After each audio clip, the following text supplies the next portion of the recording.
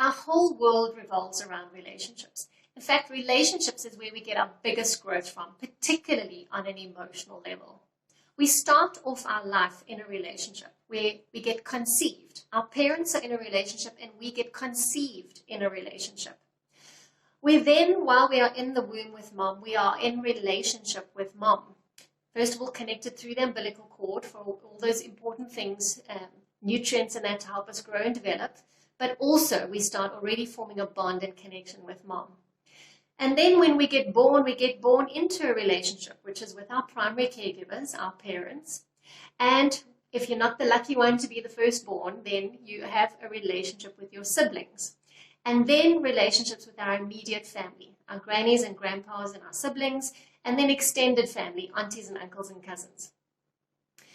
Then as we start growing and developing through school, we're in relationship with our friends in school, right up to high school and into university.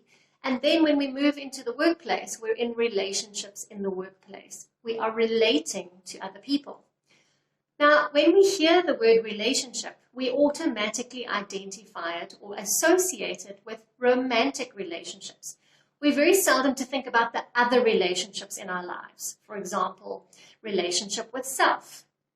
That's one of the most important relationships. How you think about yourself, how you speak to yourself, how you treat yourself, how you behave toward yourself, lays the foundation for how other people are going to relate and interact with you and how you forge relationships with other people. So relationship with self.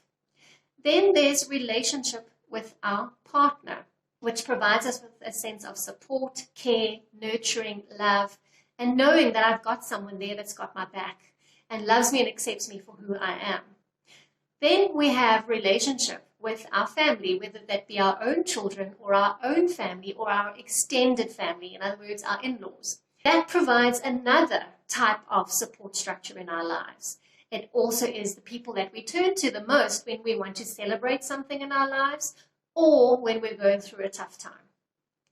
Then we have our relationships with our friends, and our friends provide us a different kind of support. They are also there for us in terms of experiencing life, social interactions, social engagements, experiences, places we go, people that we meet. There's relationships in the workplace, relationships with our peers, but also relationships with our customers and our suppliers. And then there are the other kinds of relationships, our spiritual relationship. And for some people that can be religion. For other people it's simply a faith of some sort. It can even be as simple as meditating, going to the bush, or going to the ocean. But it's about what keeps you grounded and what feeds your soul and what gives you a sense of completeness, fullness, and calmness. And then there's also the relationship with money. Not many people think about their relationship with money. And we can have a positive relationship with money or a negative relationship with money.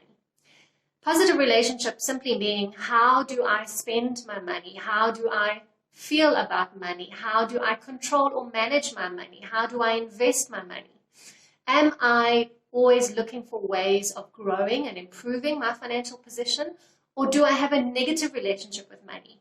In other words, I live from month to month, I'm in debt, I'm constantly trying to meet my needs, my financial payments, and it's a constant worry and hassle.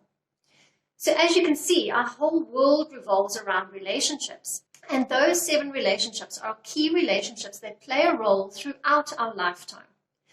Depending on the life stage that we're at, we will be in different phases, and those relationships will take different priority. For example, when you're 18, it's all about living life, experiencing life, traveling, socializing, interacting with others, as opposed to when perhaps you're in your 30s. And it's more a settled lifestyle. Romantic relationship, maybe even family with your own children, and potentially already established in your career. So depending on what life stage you're at, your relationships will also play a different role and a different priority. But it's important to evaluate and assess the relationships in your life and what is the health and the quality of those relationships. How are they contributing and adding value to your life, and vice versa? How are you contributing and adding value to those relationships in your life?